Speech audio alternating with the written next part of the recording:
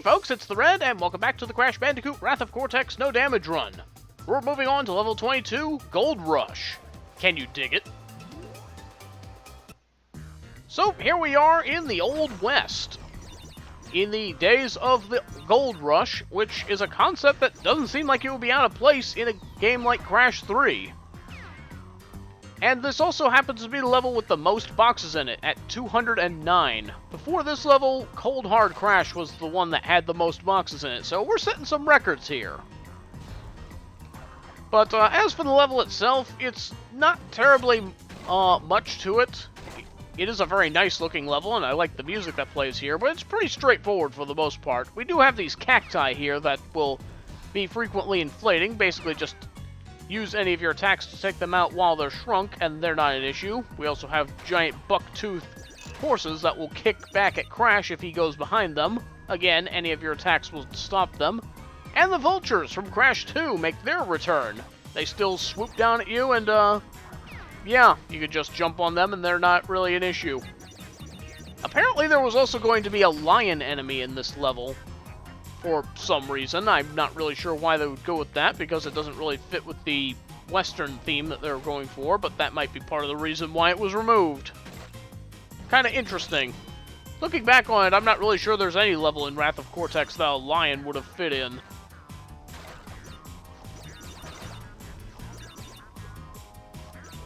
Anyway, just some tight platforming around here, nothing we can't handle.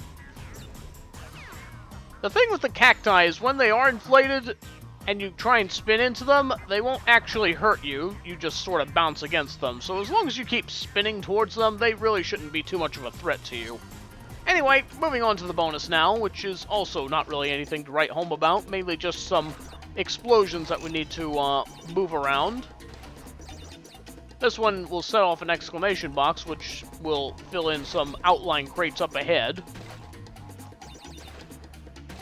And just be mindful about the way you land on these bounce crates so that you don't accidentally hit the TNT up ahead or slip off into the water.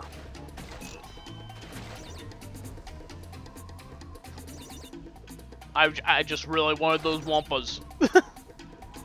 Do single bounce here and then run across so that you can get onto these boxes without slipping off. But overall, not a terribly difficult bonus, because see, we're already at the end. Whoops, didn't mean to hit that. And off we go. Back to the main path. See, we've still got a ways to go. We're not even halfway to the end yet. Got another vulture up ahead. Nice to see them make their return. I will say this, I do commend that this level really does look nice. It's very atmospheric. And this happens to be one of my favorite tracks from this game. But now we're heading inside the cave, which is the place where we will go and find the gold after all. And inside we're going to find plenty of grates. I've already commented about how slow Crash goes on the grates, but it is in this level, because you're going left to right, that you really start to feel just how slow he's going on these things. Before we were going towards or away from the camera. Now that we're going from left to right, you can actually gauge just how slow he's going on these things. He's really struggling to get across here. But hey, we've even got some gold in the background, so that's pretty cool. At least it's fitting with the theme. And we also have a handcart section here. You press the jump button to pump the handle, and then you press the attack button, the spin button, and then you can throw your feet up and take out some boxes overhead. There's otherwise not really anything to note about this particular section. It's just kind of there. There's not really any nitros or hazards to watch out for. You just go through it, and that's it. We're not going to be seeing the handcart ever again. So why was it even included? I don't understand. Kick, kick, kick. Watch out for these scorpions up ahead.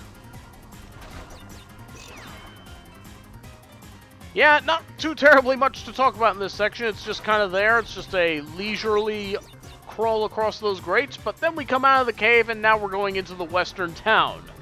Move! Up ahead, we're going to have some Westerners that are launching dynamite into the scene. The dynamite itself does not hurt you, but the explosions will, so watch out for that. Just make sure you're not in the area when he sets them off, and you won't have a problem.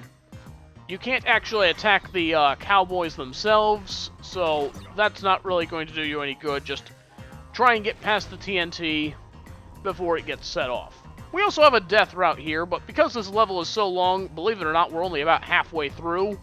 We're not actually going to be backtracking to this. I'm going to do that in a separate run.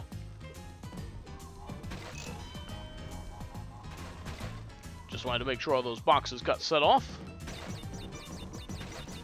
But, yeah, already said it once, but this is a freaking long level, so can be a little draining. Also, I'm pretty sure it was kind of like daylight earlier, but now we've got some sort of sunset effect going on, so there's a little passage of time going on in this level, which I do appreciate. Once again, just make sure you're spinning towards these cacti, and they shouldn't be too much of a problem. But do be careful, they can be a little prickly at times. My cactus puns are very much on point. Okay, I'll stop now. Okay, now we're starting to get into the more stony structures of the level again. And these boards up here don't look like something you would be able to climb across like a grate, but you do. I'm not really sure what the idea is here, but yeah, there it is. Man, is it just me, or is this level starting to feel more like Hang 'em High? I mean, just look at that scenery up ahead. It really feels like one of those Arabian levels. Anyway, we've got a scorpion going left to right here. Gonna need to take him out so we can get to those boxes. I said we need to take him out. Thank you. And we're gonna need to sit out this invincibility real quick. It's not, like I said, this is a pretty straightforward level, not too terribly much in the way of difficulty. It's just a very long, very kinda there sort of level. The only reason that I've had any level of trouble with this level is sheer complacency.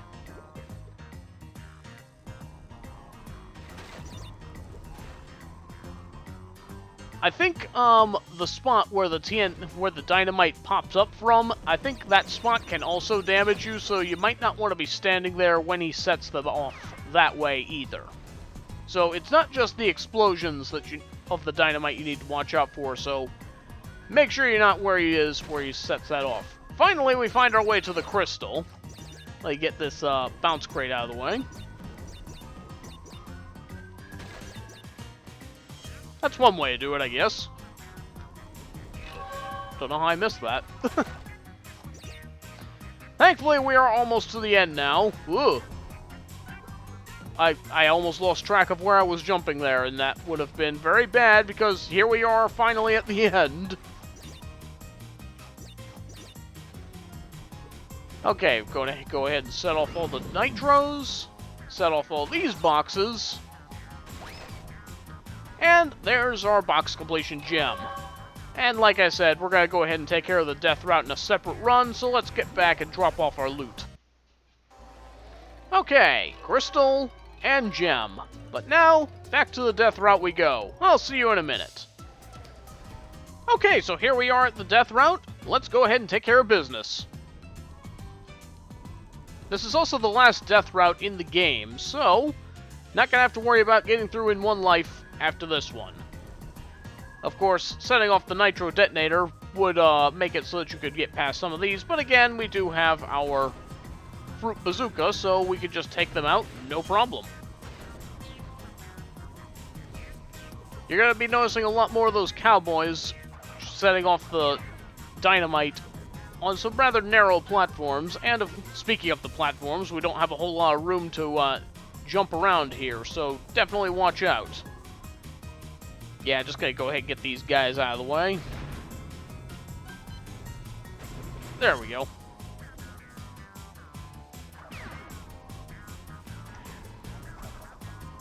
So yeah, things wouldn't be much easier with the nitro out of the way, but it certainly would help out a little bit. Guess I didn't realize that these platforms go up and down every now and then. Also, a little bit of a design flaw, having those dynamites going off right there, because the dynamite will just spill off into the water and you won't actually be hurt by them. Anyway, for getting through all of that, we now get ourselves the yellow gem. Let's get out of here.